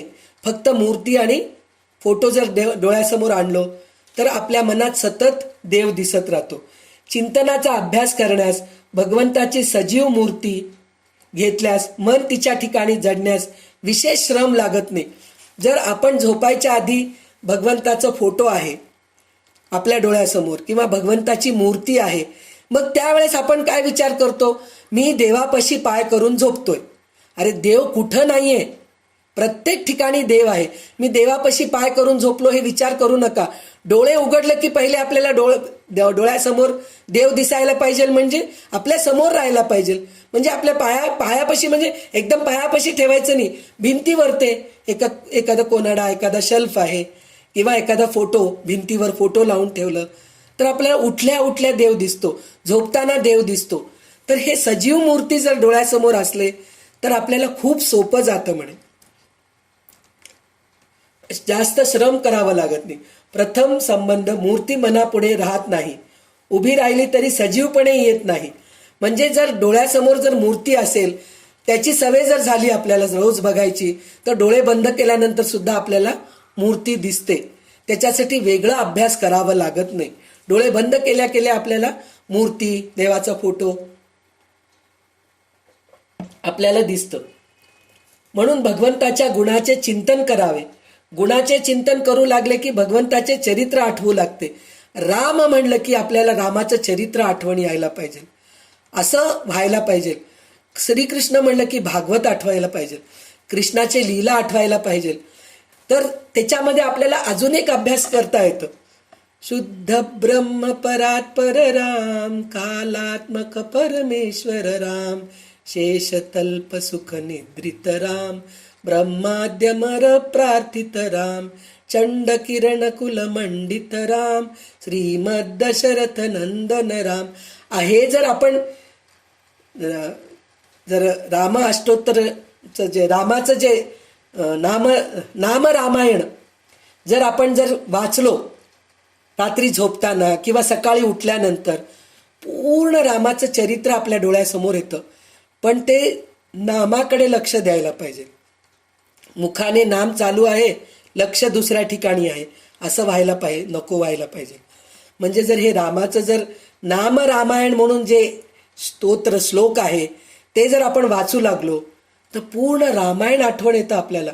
सगळं काही आहे त्याच्यामध्ये. अयोध्या धारक राम, अयोध्या पालक राम, हनुमत सेवित राम, कौशल्या सुत नंदन राम, दशरथ नंदन राम, हे सगळे जे नावं जे आहेत ना, तर रामाचे उच्चाट नाव आहे ती. हा हा तर ते उच्चाट नाव आहे ती रामाची. तर ते जर सगळं आपण वाचत गेलो तर आपल्याला पूर्ण रामायण डोळ्यासमोर येतं. म्हणजे चरित्र आठवतं. चरित्र आठवलं की आपलं दुसरं कुठं लक्ष जात नाही, भगवंताकडेच लक्ष येतं. जसं आता आपण हे आदौ देवकी देवी गर्भजननम गोपी गृहे वर्धनम मायापूतन जीवितापहरणम गोवर्धनोद्धारणम कंसच्छेदन कौरवाधिहननम कुंती सुतम पालनम एतद भागवतम पुराण कथितम. म्हणून जर असं असं म्हणून जर म्हणत गेलो आपण, एक एक श्लोकी भागवत म्हणत गेलो, आदौ देवकी देवी गर्भजननम, म्हणजे देवकीच्या गर्भामध्ये तू जन्मलास, हे पहिले आपलं श्लोक आहे. ते जन्मल्यानंतर त्याचे लीला सगळे आपल्याला आठवण येतं. आदौ देवकी देवी गर्भजननम गोपी गृहे वर्धनम, मग गोपीच्या घरामध्ये आलास तू, म्हणजे नंदाच्या घरी आलात, यशोदाच्या घरी आलास तू. मग यशोदाच्या घरी आल्यानंतर तुझे काय काय लीला सुरू झाले हे सगळं, म्हणजे अशा काही श्लोक आहेत, काही स्तोत्र आहेत, जर त्या म्हणत गेलो आपण तर आपल्याला भगवंताचे चरित्र आपल्या डोळ्यासमोर येतं आणि त्याप्रमाणे आपण चिंतन चांगल्या गोष्टीचं करू शकतो. पण आपलं त्या गोष्टीचं चिंतन राहतच नाही हो. सतत संसार, मुलगा, मुसून, नातू, मुलगी, ह्याचंच चिंतन राहतं. तर त्या गोष्टीचं चिंतन केल्यापेक्षा विष्णू सहस्रनाम कशाला म्हणायचं हो, भगवद्गीता कशाला म्हणायचं? त्याचं कारण असं आहे, ते म्हणत असताना त्या एखाद्या नामाचं जरी अर्थ कळालं तर त्या नामामध्ये आपण गुंतून जातो. म्हणतोय ना आपण असं, जेव्हा आपण अयोध्या धारक राम, अयोध्या पालक राम, श्रीमद अहिल्योद्धारक राम म्हणून म्हणतो, अहिल्याचं उद्धार केलं असा तो राम आहे. म्हणून जर त्या नामामध्ये आपल्याला हे झालं, हे तर कळायला खूप सोपं आहे ना, अहिल्याचा उद्धार केलेला राम. तर अहिल्याचा उद्धार कसा झाला? मग गौतम ऋषींचं पूर्ण आठवण येतं आपल्याला. मग ते आश्रम डोळ्यासमोर येतं. गौतम ऋषींनी अहिल्याला कसं शाप दिला, इंद्र आला तिथं, इंद्र आल्यामुळे अहिल्याचं काहीतरी हे झालं, त्याच्यामुळे तिला नदीवरून यायला उशीर झालं, गौतम ऋषींनी तिला शाप दिला. मग त्या शापेमुळे ती शिळा झाली. त्या शिळ्याला जर रामाचं स्पर्श झाला तर तिचा उद्धार होऊन मग ती परत चांगल्या ह्याला जाती, देवाच्या ठिकाणी जाती. हे किती वेळ आपल्याला, किती 2 मिनिटं तरी देवाचं पूर्ण ते आठवण आलं की नाही, गौतम ऋषीचं पूर्ण आठवण आलं. तसं जर पूर्ण जर नामरामायणाचं प्रत्येक जर नाव जर आपण हे करत गेलो तर आपले 2 तास सहज निघून जातील चरित्रामध्ये. छोट्या छोट्या नावानी आपले सगळं काही हे होऊन जातं. म्हणून चांगल्या स्तोत्रांचं, चांगल्या श्लोकांचं जर अभ्यास आपण सकाळी उठल्यानंतर केलो किंवा रात्री झोपताना केलो तर ह्या सगळ्या गोष्टीचा फायदा काय होतं, सकाळी रामाचं चिंतन होतं आणि त्यामुळे दिवस पूर्ण चांगला जातो आपला. म्हणून आपण सकाळी उठल्या उठल्या रामाचं नामस्मरण करावं. तर त्याच्यानंतर बळे आगळा राम कोदंडधारी, महाकाळ विक्राम तोही थरारी, पुढे मानवा किंकरा कोण केवा, प्रभाते मनी रामचिंतित जावा. तर हे रामचिंतित झालं तर काय होतं, सकाळी जर नाव घेतलं तर काय होतं, धनुष्य हाती वागवणारा भगवंत सामर्थ्याने सर्वाहून श्रेष्ठ आहे.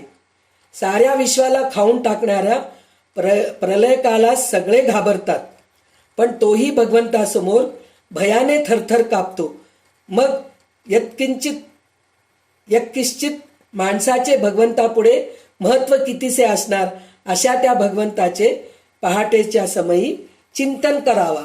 म्हणजे श्रीरामाचा सच्चिदानंद स्वरूप ईश्वरच होय. राम कोण आहे, कोदंडधारी आहे, धनुष्यबाण धरून आहे, तो सच्चिदानंद स्वरूप आहे, सत्य चित्त आनंद स्वरूप आहे. म्हणजे सत्य म्हणजे काय, आज मी लहान मुलगी आहे हे सत्य आहे, पण किती वेळापर्यंत आहे, तरुण होईपर्यंत बालपण आहे. ते तरुणपणी आलो की बालपण असत्य ठरलं, आणि तरुणपण आहे, मी तरुण आहे हे सत्य आहे.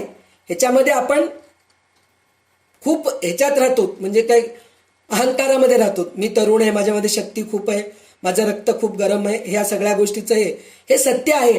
पण कुठपर्यंत सत्य आहे? म्हातारे होईपर्यंत. एकदा म्हातारे झालो की हे तरुण पण असत्य ठरलं. आणि म्हातारे असताना मी म्हातारे आहे केव्हापर्यंत? मृत्यू येईपर्यंत. मृत्यू आल्यानंतर सगळं शरीरच गेलं, म्हणजे हे शरीरच असत्य आहे हे आपल्याला कळत नाहीये. पण सत्य कोण आहे? सत्य म्हणजे सत्य ते कधी ढळणारं नाहीये, सतत क्षय होत नाही त्याचं. असत अक्षय आहे तो सत आहे. सत्य चित्त म्हणजे चित्तामध्ये सत्यालाच धरून बसायला पाहिजे आपण, तर मग आपण आनंद स्वरूप होतो. आणि तो सुद्धा सत्यचित्त आनंद आहे. म्हणजे त्या सत्यचित्त आनंद रामाचं जर चिंतन केलं तर आपल्याही मनामध्ये सतत म्हणजे आपल्या चित्तामध्ये सुद्धा सत्य असतं आणि आनंदित असतो आपण. कधी न ढळणारा आनंद आपल्यामध्ये असतो. आपण पण सच्चिदानंद रूपच होऊन जातो.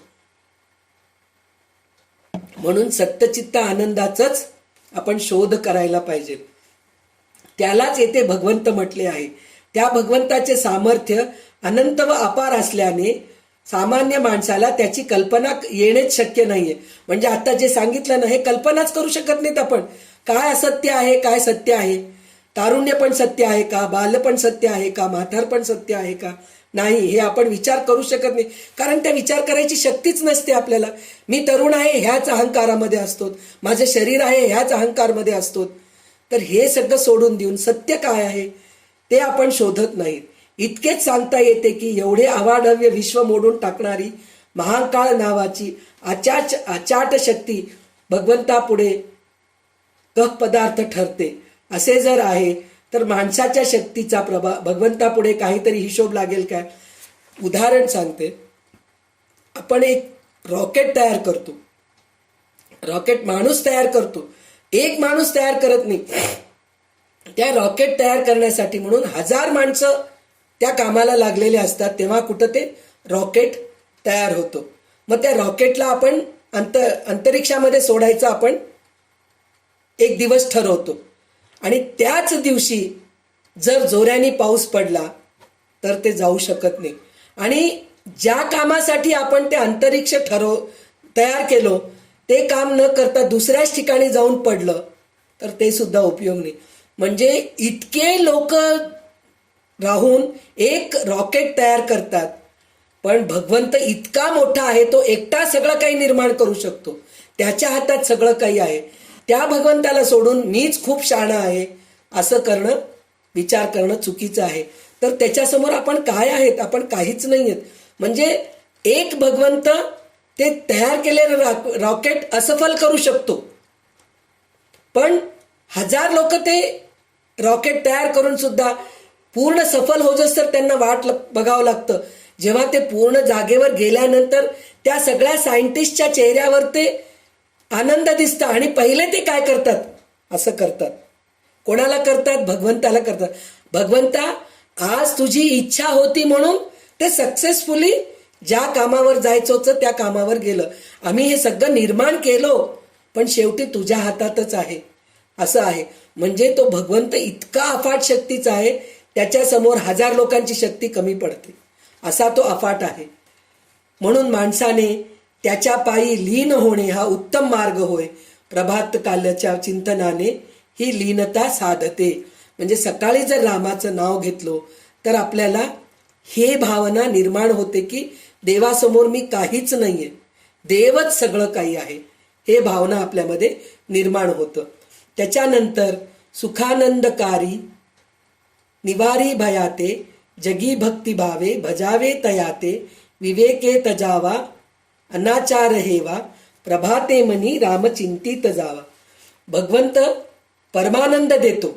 सुखानंदकारी निवारे भयाते म्हणजे परमानंद देऊन आपले भय दूर करतो. माणसाने जीवनामध्ये अत्यंत प्रेमाने व अस्तित्व भावनेने भगवंताचा आश्रय करावा. विवेकाचा उपयोग करून माणसाने अनितीचे आचरण सोडावे. कोणाचा द्वेष मच्छर करू नये. अशा त्या भगवंताचे पहाटे समयी चिंतन करावे. द्वेष मत्सर लोकांबद्दल कधीही करू नये. सतत समोरच्या माणसाचं चांगलंच विचार करावं, त्याचं चांगलं होऊ दे बाबा. देवा सगळ्यांचं कल्याण कर रे बाबा.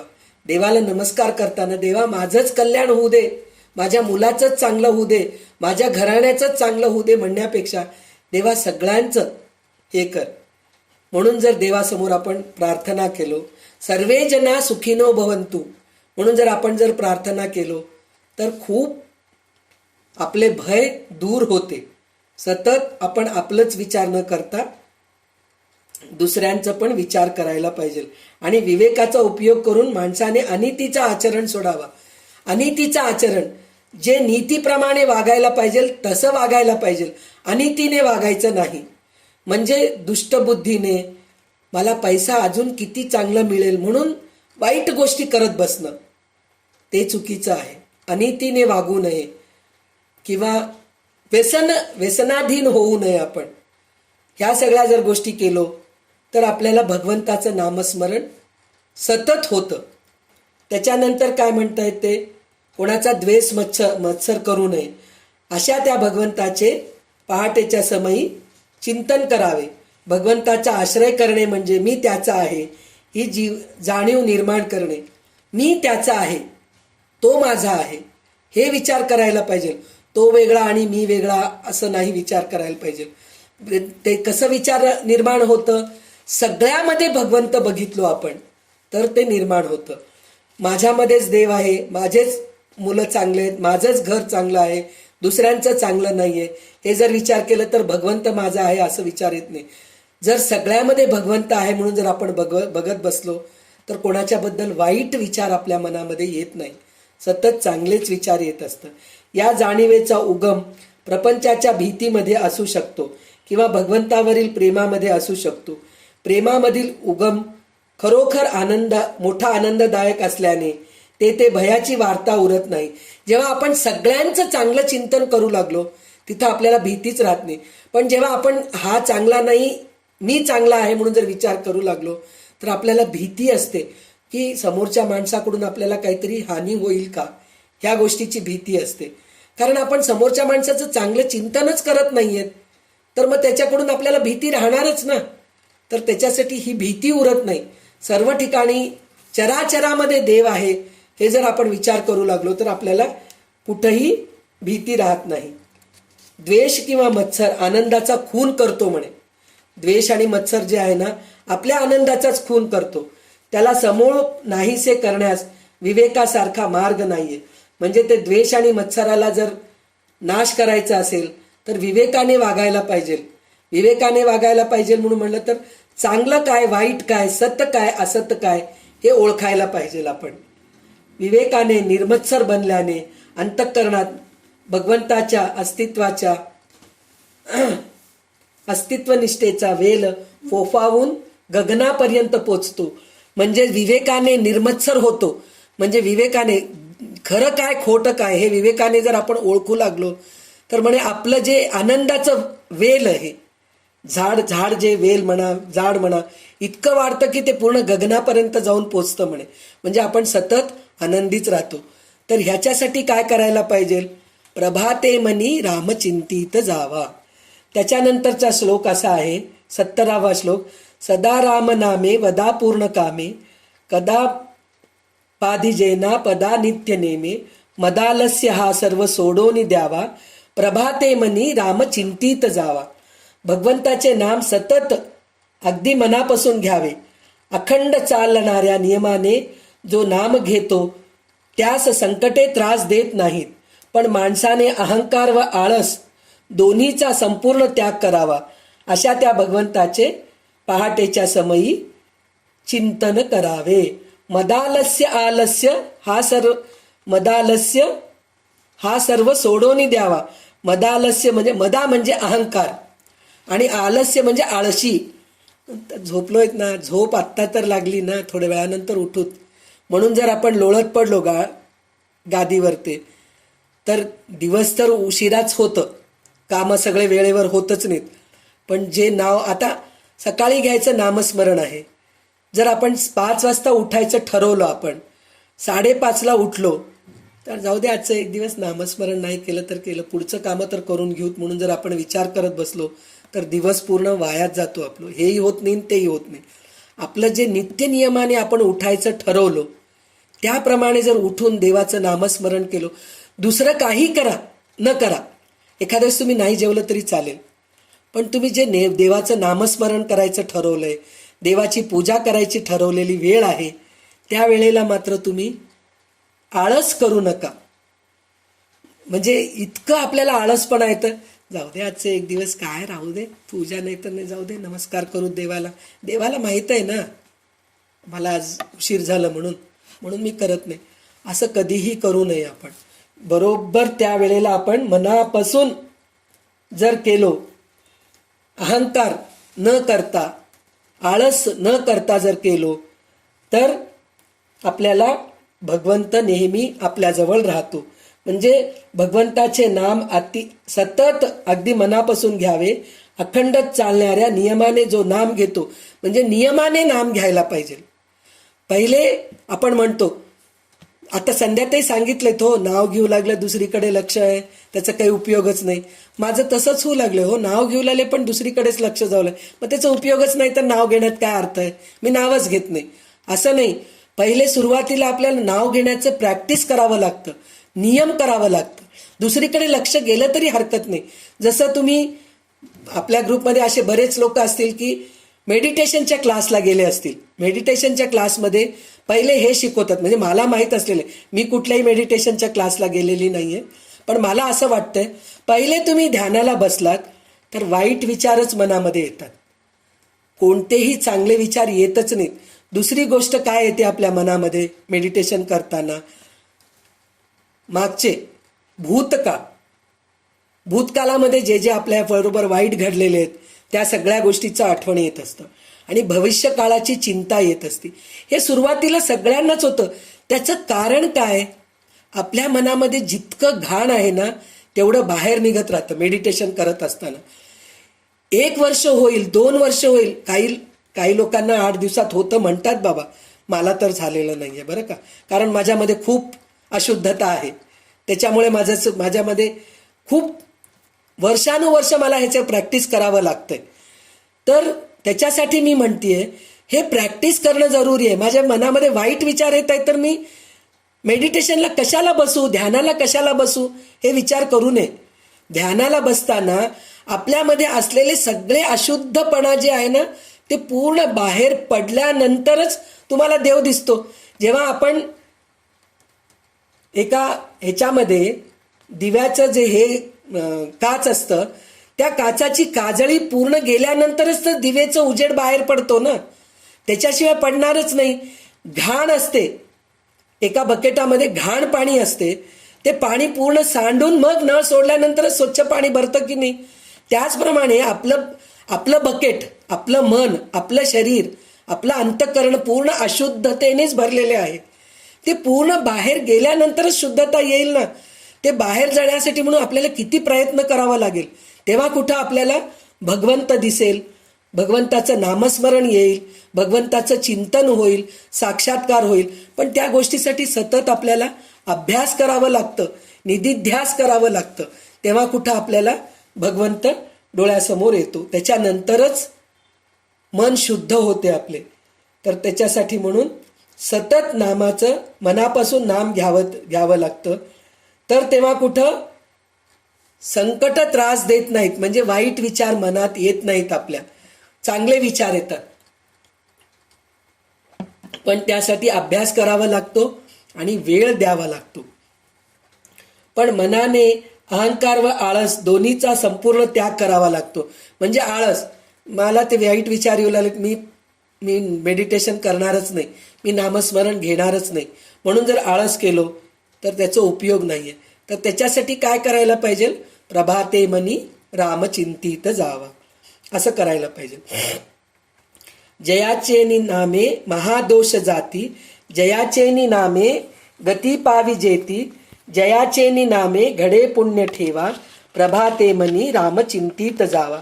भगवंताच्या नामस्मरणाने माणसाचे मोठे मोठे दोष नाहीसे होतात. म्हणजे प्रभाते मनी रामचिंतित जावा ह्याचं आपल्याला काय काय फायदे होते हे सुद्धा भगवंत रामदास स्वामी सांगत आहेत आपल्याला. भगवंताच्या नामस्मरणाने माणसाचे मोठे मोठे दोष नाहीसे होतात. म्हणजे आपले दोष असतात, कितीतरी दोष असतात. आता त्याच्यामध्ये आपण जेव्हा आपल्याला काहीतरी संकट आलं आपल्यावरती, तर आपण ज्योतिषाकडे जातो किंवा एखाद्या भविष्यकाराकडे जातो. गेल्यानंतर ते सांगतात तुम्हाला नागदोष आहे असं म्हणून सांगतात. तर हे नागदोष असेल बाबा, त्याच्यासाठी तुम्ही परिहार करा, नाही म्हणून मी म्हणत नाहीये. तुम्हाला त्या गोष्टीत समाधान मिळत असेल तर नागदोष करा. तुम्ही ते त्र्यंबकेश्वरला जा, कुठं आता आहेत पुष्कळशा ठिकाणी आहेत. ते काय ते तिरुपतीच्या जवळ आहे देऊळे, तिथं सुद्धा नागदोष कमी करतात. असे कितीतरी ठिकाणं आहेत, तिकडे जाऊन तुम्ही तुमचे नागदोष कमी करायला जा. पण त्याच्यापेक्षा जास्त नामस्मरण केलं तर नागदोषने कुठलाच दोष राहत नाही आपल्याजवळ. सगळे दोष पळून जातात, दोष नाहीसे होतात. त्याला उत्तम अवस्था प्राप्त होते आणि त्याच्या पुण्याचा संचय होतो. दोष सगळे निघून जातात, पाप सगळे निघून जातात आपले, आणि पुण्याचा संचय होतो. म्हणजे आपला चांगलं काही घडतं आपल्याला. म्हणून आपण नामस्मरण करावं, म्हणजेच आपले सगळे दोष नाहीसे होतात. जयाचेनी नामे महादोष जाती, म्हणजे सगळे दोष महादोषच जाते. जयाचेनी नामे गती पावजेती. गती पावजेती म्हणजे चांगल्या गतीला जातो आपण, चांगली गती मिळते आपल्याला. जयाचेनी नामे घडे पुण्य ठेवा. संचित कर्म आपल्याजवळ जे आहे ना चांगले असतात. म्हणजे पुढचा जन्म जो आपल्याला येतो तो चांगला येतो आपल्याला. संचित कर्म म्हणजे आपण जर चांगलं करत गेलो, म्हणजे नामस्मरण केलो तर सगळे दोष नाहीसे होतात. मग संचित कर्म चांगलेच कर्म असतात. मग ते संचित कर्माने आपण पुढचा जन्म चांगला घेतो. म्हणून प्रभाते मनी रामचिंतित जावा. 72वा श्लोक असा आहे, नवेचे कदा ग्रंथीचे अर्थ काही, मुखे नाम उच्चारिता कष्ट नाही, महाघोर संसार शत्रुजिनावा, प्रभाते मनी रामचिंतित जावा. भगवंताचे नामस्मरण करण्यास पदराचा पैसा खर्च करावा लागत नाही. पूजा करण्यासाठी तरी खर्च करावं लागतं, कारण झाडाला फुलं नाही आहेत. आपण झाडच लावत नाही आहेत घरात, तर झाडांना फुलं कुठून येते? फुलं विकत आणावं म्हणजे पैसे लागतं. दुधाचा अभिषेक करावा म्हणजे दूध विकत आणावं लागतं आपल्याला, दही आणावं लागतं, फळाची नैवेद्य दाखवावं लागतं, फळ विकत आणावं लागतं. म्हणजे या सगळ्या गोष्टीला आपल्याला पैसा खर्च करावं लागतं.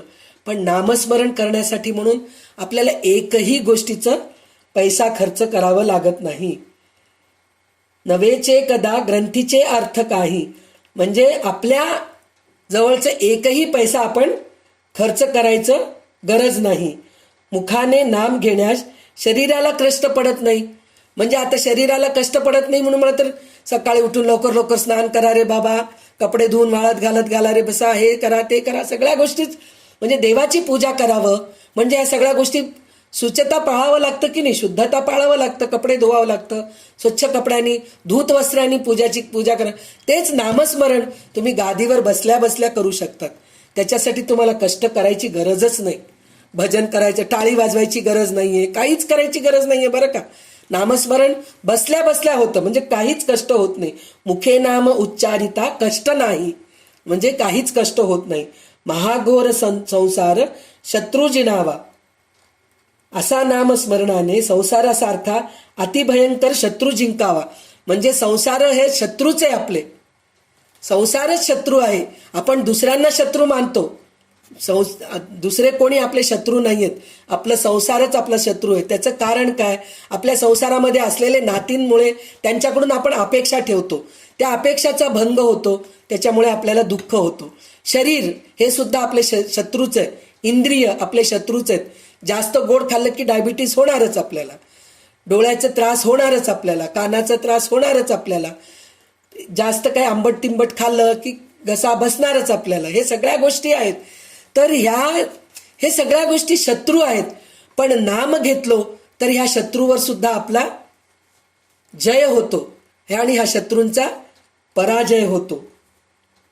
शत्रुजिना त्या भगवंताचे नाम पहाटेच्या समयी घ्यायला पाहिजे. म्हणजे प्रभाते मनी रामचिंतित जावा. त्याच्यानंतर 73वा श्लोक असा आहे, देहे दंडनेचे महादुःख आहे, महादुःख ते नाम घेता न राहे, सदाशिव चिंती तसे देव देवा, प्रभाते मनी राम चिंतित जावा. म्हणजे काय, देहाला कष्ट देण्यामध्ये अतिशय दुःख भोगावे लागते, पण जो भगवंताचे नाम घेतो त्यास दुःख भोगावे लागत नाही. श्री शंकर परमेश्वराचे नाम चिंतन करतो अशा त्या भगवंताचे पहाटेच्या समयी चिंतन करावा. म्हणजे देहे दंडनेचे महादुःख आहे, देहाला कष्ट देण्यामध्ये अतिशय दुःख भोगावं लागतं. पण जो शंकर, म्हणजे देहाला दुःख देणं म्हणजे काय, ध्यान करणं, डोळे झाकून मांडी घालून बसणं. मांडी घालून बसून जास्त वेळ बसू शकत नाही मी, खुर्चीवर बसलं तरी चलबिचलच असतं. म्हणजे ह्या गोष्टीचं आपल्याला हे करायचंच नाही. चालता बोलता उठता बसता प्रत्येक वेळेस आपण नामस्मरण करू लागलो तर त्रास द्यायची गरज नाही. पण जो भगवंताचे नाम घेतो त्यास दुःख भोगावं लागत नाही. जर आपण असं चालता बोलता जर नाव घेत बसलो तर एका ठिकाणी बसून जरी नामस्मरण करू लागलो तरी आपल्याला कंटाळा येत नाही, शरीराला त्रास होत नाही. आणि ह्याच्यात सगळ्यात महत्वाचं गोष्ट असं सांगितलेलं आहे, सदाशिव चिंतित असे देव देवा. सदाशिव म्हणजे कोण, शंकर. केनोपायन लघुनाम विष्णोर नाम सहस्रकम पठ्यते पंडिते नित्यम स्तोतुमिच्छाम्यहम प्रभो. म्हणून पार्वती विचारतीये, काय विचारतीये, कोणत्या नामाने कोणतं नाव घेतलं तर सहस्रनामाचं फळ मिळतं हे मला तुम्ही सांगा. हे पार्वती शंकराला विचारतीये. तर शंकर त्यावेळेस सांगतात, श्रीराम राम रामेती रमे रामे मनोरमे सहस्रनाम तत्तुल्यम रामनाम वरानने. म्हणजे काय, तू रामाचं नाव जर घेतलीस तर सहस्रनाम तत्तुल्यम रामनाम वरानने. म्हणजे सहस्रनामाचं फळ जे आहे ते एक रामाचं नाव घेतलं तर तुला तितकं फळ मिळतं. म्हणजे तेवढं ते दोन्हीचं बॅलन्स आहे. म्हणजे असं तुलना करू शकतो आपण की एक रामाचं नाव घेतलं तर सहस्रनाम घेतल्याचं फळ मिळतं, असं शंकर पार्वतीला सांगतायत. म्हणजे प्रत्यक्ष भगवान शंकर ज्या देवाचं नाव घेतो त्या देवाचं नाव आपण जर प्रभाते मनी राम चिंतित जावा जर केलो तर आपले सगळे संकट नाहीशे होतात आणि देहाचे दुःख पण आपले नाहीशे होतात. 74वा श्लोक, बहुतापरी संकटे साधनांची व्रते दान उद्यापने ते धनाची, दिनाचा दयाळू मनी आठवावा, प्रभाते मनी रामचिंतित जावा. भगवंताच्या प्राप्तीसाठी साधने करायची म्हटले तर त्यामध्ये नाना प्रकारच्या अडचणी येतात. म्हणजे बहुतापरी संकटे साधनांची, म्हणजे साधना करायची म्हणजे तेच म्हणले ना, व्रत उद्यापन पूजा अर्चा हे सगळं करायचं म्हणून म्हणलं तर अडचणी येतात आपल्याला. म्हणले ना, आपण एक दिवस ठरवतो काहीतरी यज्ञ करायचं म्हणून, पण देवाच्या मनात नसलं तर विघ्न येतं.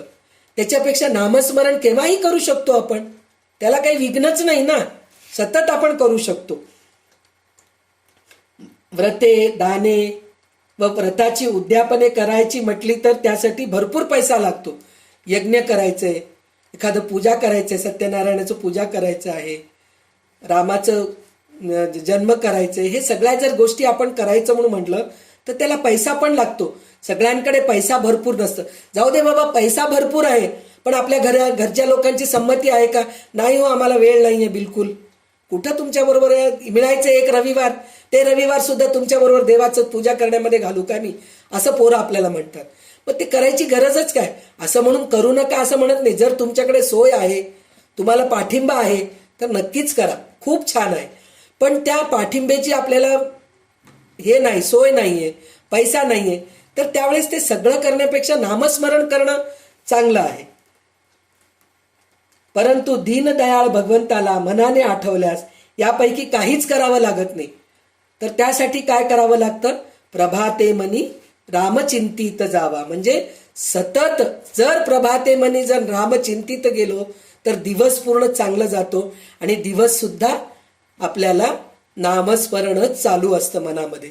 म्हणून प्रभाते मनी रामचिंतित जावा. 75वा श्लोक असा आहे, समस्तामध्ये सार साचार आहे, कळेना तरी सर्व शोधून पाहे, जीवा संशयो वावुगा तो तजावा, प्रभाते मनी राम चिंतित जावा. खरोखर सर्व साधनामध्ये नामस्मरण हे उत्कृष्ट साधन आहे. हे जर ध्यानात येत नसेल तर श्रुती, स्मृती, पुराणे आणि संतांची ग्रंथ नीट अभ्यासावे. नामाबद्दल येणारे निरर्थक विकल्प आपणाहून सोडावे. अशा त्या भगवंताचे पहाटेच्या समयी चिंतन करावे. ह्याचा अर्थ असा आहे, नामस्मरण हे उत्कृष्ट साधन आहे. हे जर ध्यानात येत नसेल तर श्रुती, स्मृती, पुराणे आणि संतांचे ग्रंथ नीट अभ्यासावे. तर हे काय आहे माहितीये का? जर नामस्मरण हे उत्कृष्ट साधन आहे जर आपल्याला वाटत नसेल तर चांगले चांगले ग्रंथ आपण वाचायला सुरू करावं. तर त्याचं मी तुम्हाला उदाहरण सांगते. भागवत वाचू लागलो आपण, तर मी संक्षिप्त भागवत म्हणून मी लिहिले. तर ते मी लिहिले म्हणजे अहंकार नाही बरं का, लिहिले म्हणजे भगवंत माझ्याकडून त्याचं अजून एक कारण आहे, एवढं मोठं मोठं ग्रंथ वाचायला आपल्याला आळसपणा येतो. तर त्याचं संक्षिप्त करायचं. तर संक्षिप्त काय केले मी त्याच्यामध्ये, तर प्रत्येक अध्यायामध्ये भगवंत एक राक्षसाचा उद्धार करतो. आता एक उदाहरणच आहे, रामायणामध्ये अहिल्याचा उद्धार केलेला आहे. अहिल्याचा उद्धार केल्यानंतर रामाचं जर स्पर्श झालं त्या शिळेला आणि अहिल्याचा उद्धार झालेला आहे. पुन्हा त्याच्यानंतर वालीचा उद्धार केलेला आहे, रावणाचा केलेला आहे, शूर्पणखाचा केलेला आहे. सगळ्यांचं ते उद्धार केलेले आहेत तिथं देव. तर तिथं उद्धार केलं म्हणून संपून टाकलं नाही, रावणाला मारलं संपलं, सगळ्या जगामध्ये सुख मिळालं असं नाहीये. तर त्यावेळेस काय होतं, सगळे देव, ऋषी, मुनी, यक्ष, गंधर्व, किन्नर सगळे आकाशामध्ये उभा राहून देवाची स्तुती करतात.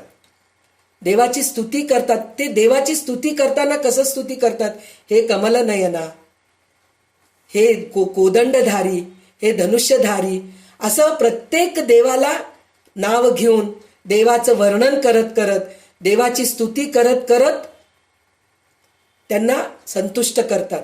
त्याचा अर्थ असा आहे, जर ते ग्रंथ आपण वाचत गेलो, रामायण वाचत गेलो किंवा भागवत वाचू लागलो, महाभारत वाचू लागलो किंवा संतांचे चरित्र वाचू लागलो, तर त्याच्यामध्ये काय आहे, प्रत्येक वेळेस त्यांनी नुसतं असं म्हणत नाहीत देवानी स्तुती केले, रामाची स्तुती केले म्हणून सोडून टाकत नाहीत तिकडं. तिथं प्रत्येक ठिकाणी असं म्हणतात की प्रत्येक वेळेस देवाचं रूपाचं वर्णन, प्रत्येक वेळेस देवाचं काय म्हणतात त्याला, त्यांनी केलेल्या कार्याचं वर्णन, म्हणजे ते काय काय कार्य केलेत त्याचं वर्णन करत स्तुती करतात. तर हेच जास्त आहे माहितीये का भागवतामध्ये आणि रामायणामध्ये. मी वाचलेलं बघितलं तर प्रत्येक वेळेस तेच जास्त दाखवलेलं आहे.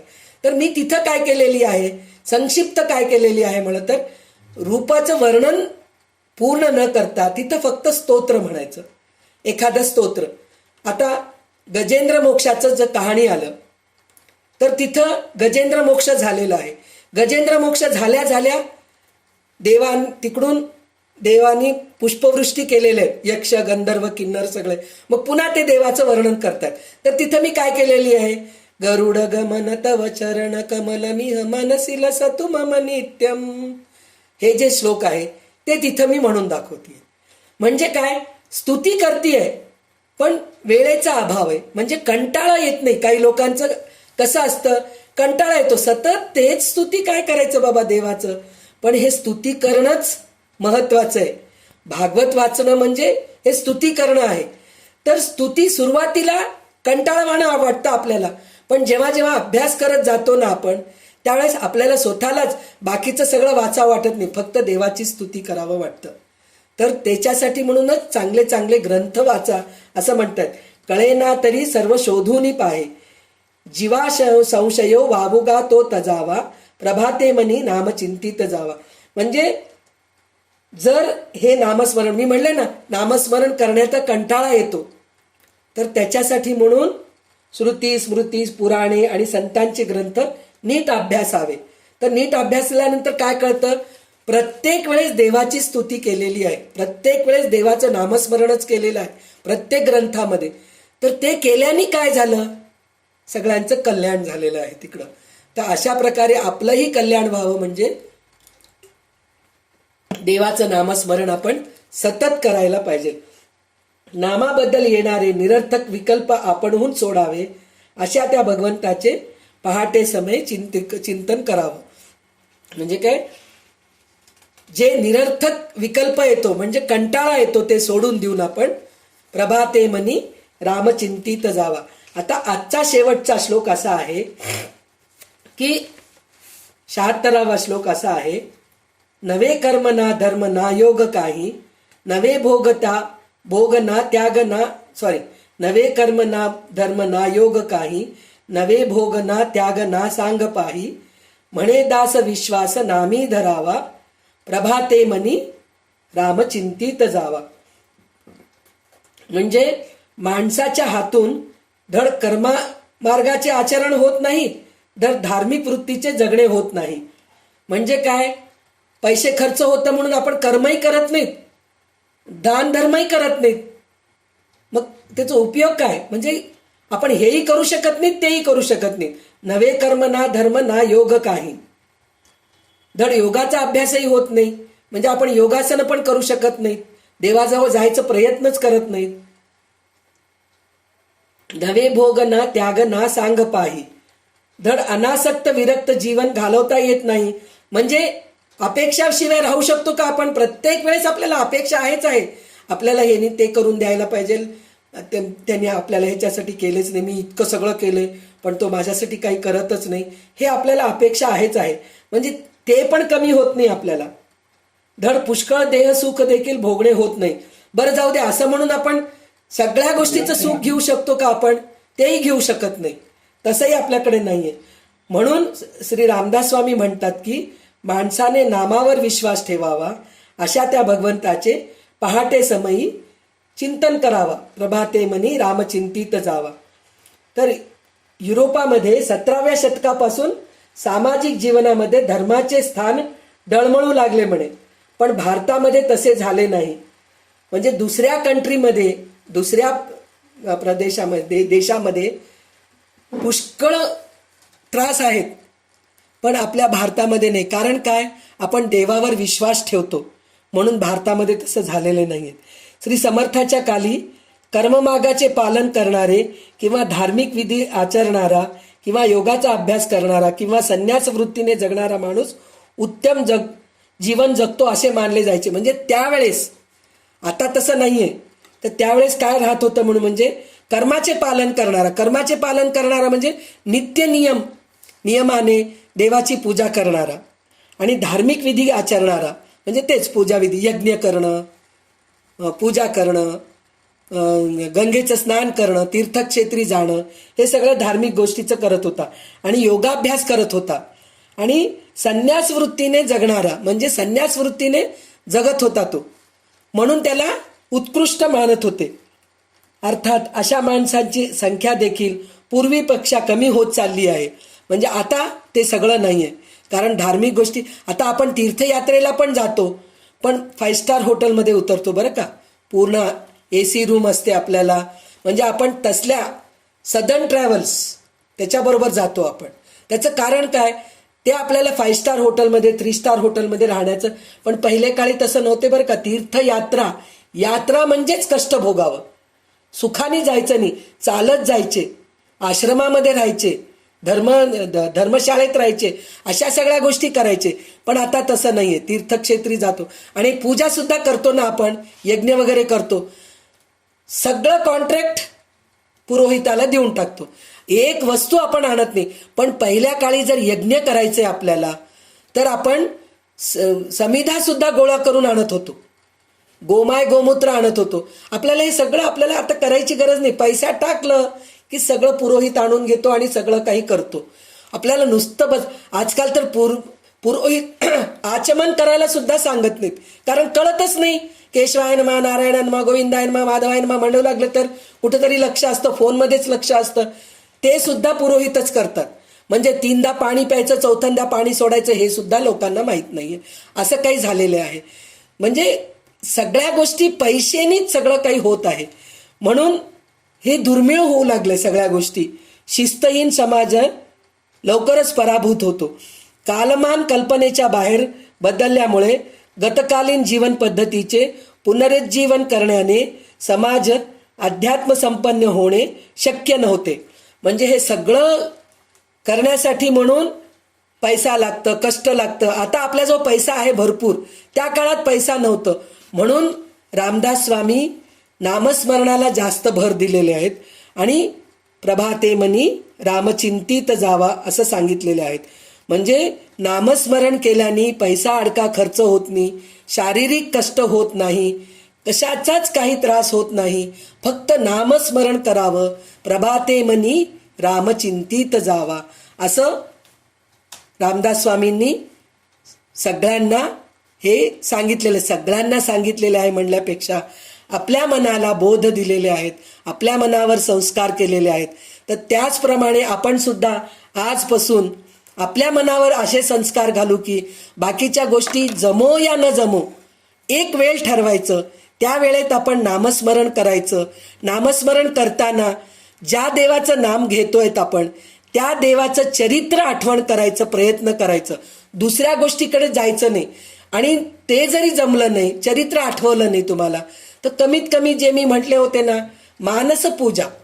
तर आपण दररोज जी देवाची पूजा करतोय त्या देवाची पूजा कसं करतोय आपण?